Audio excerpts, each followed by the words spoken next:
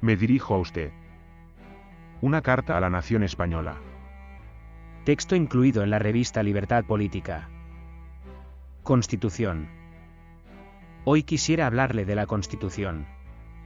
La norma más importante de todos los tipos de normas y leyes de una sociedad. Su objetivo es garantizar los derechos de los ciudadanos separando los poderes ejecutivo, Estado, y legislativo, nación, tal y como quedó definido en el artículo 16 apartado 9 de la Declaración de Derechos del Hombre, de la Revolución Francesa.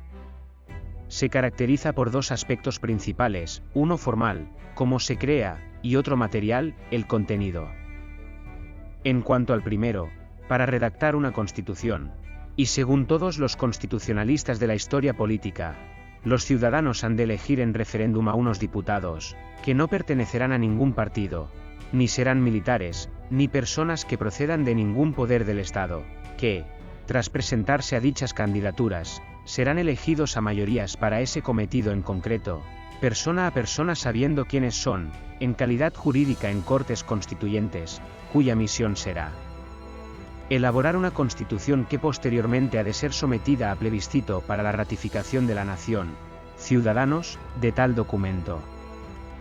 Para que este momento de libre elección de los diputados a Cortes Constituyentes pueda darse, ha de abrirse previamente un periodo de libertad constituyente, donde se elegirá en referéndum también las formas de Estado y de gobierno, y sin el cual, no podríamos hablar más que de un proceso constituyente, que no sería otra cosa que una transformación de lo que existe por un poder ya constituido, lo que sucedió verdaderamente en la transacción española. En cuanto a su contenido, una constitución, el cometido esencial y lo que realmente constituye, es definir la separación de los poderes del Estado, es decir, separar el poder legislativo del ejecutivo, esto es, la nación del Estado, así como sancionar la independencia del poder judicial. Sobre el poder judicial, realmente es una facultad del Estado que no debe de ser un poder político como tal, sino ser independiente de los otros dos poderes, que estos no influyan en él, ni que éste influya en los otros dos poderes. Esto es, en líneas generales, lo que define una constitución, y ahora que conocemos lo que es, veamos si lo que en España llamamos constitución lo es realmente. En primer lugar, dejaré claro que esto no son opiniones que yo expreso aquí por ningún interés particular. Esto lo digo porque es la verdad. Verdad en cuanto a oposición a la mentira y que se puede demostrar con hechos ciertos. Y los hechos son, en primer lugar, que la mal llamada Constitución Española de 1978, no se redactó por unos diputados elegidos por los ciudadanos.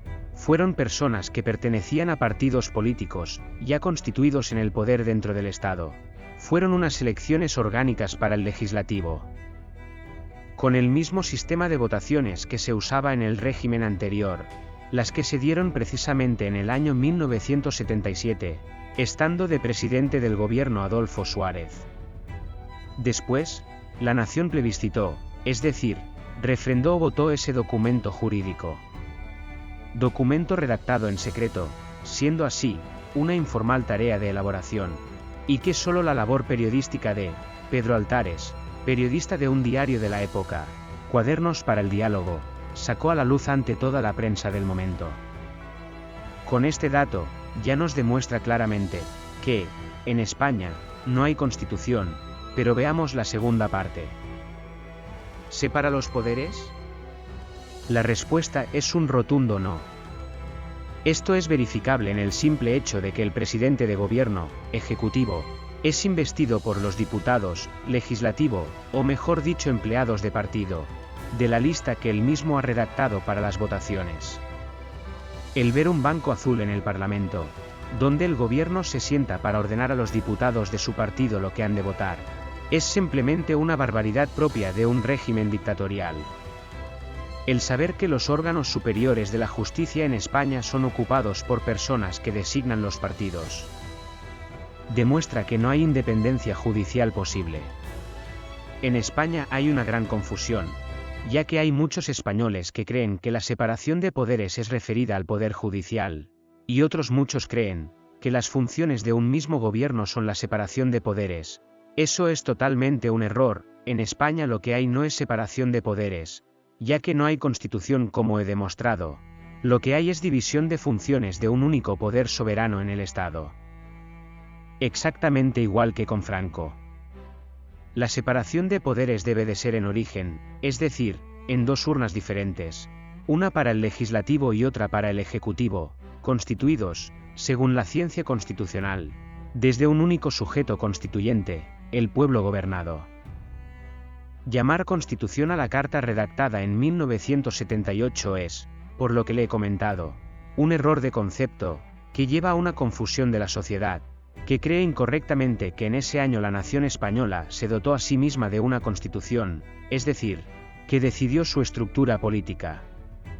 Esto es de una gravedad tal, que perpetúa la mentira en la que vivimos desde entonces, y que mantiene a la nación privada de su capacidad de decidir como sociedad cuáles son sus leyes, y poder elegir a su presidente de gobierno, evitando tener cualquier herramienta de defensa ante los abusos del poder, de ahí, y es la prueba irrefutable de tal, la infinita corrupción cotidiana.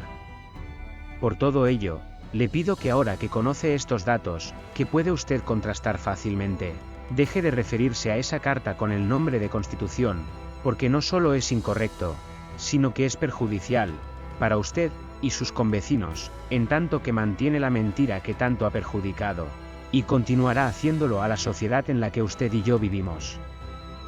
España no tiene constitución, el documento jurídico que disponen los españoles, y en el que tampoco están amparados, ni tampoco, como vemos, están garantizados sus derechos. Se denomina técnicamente por la ciencia constitucional, como carta otorgada, una reforma de las leyes fundamentales del reino franquista exactamente.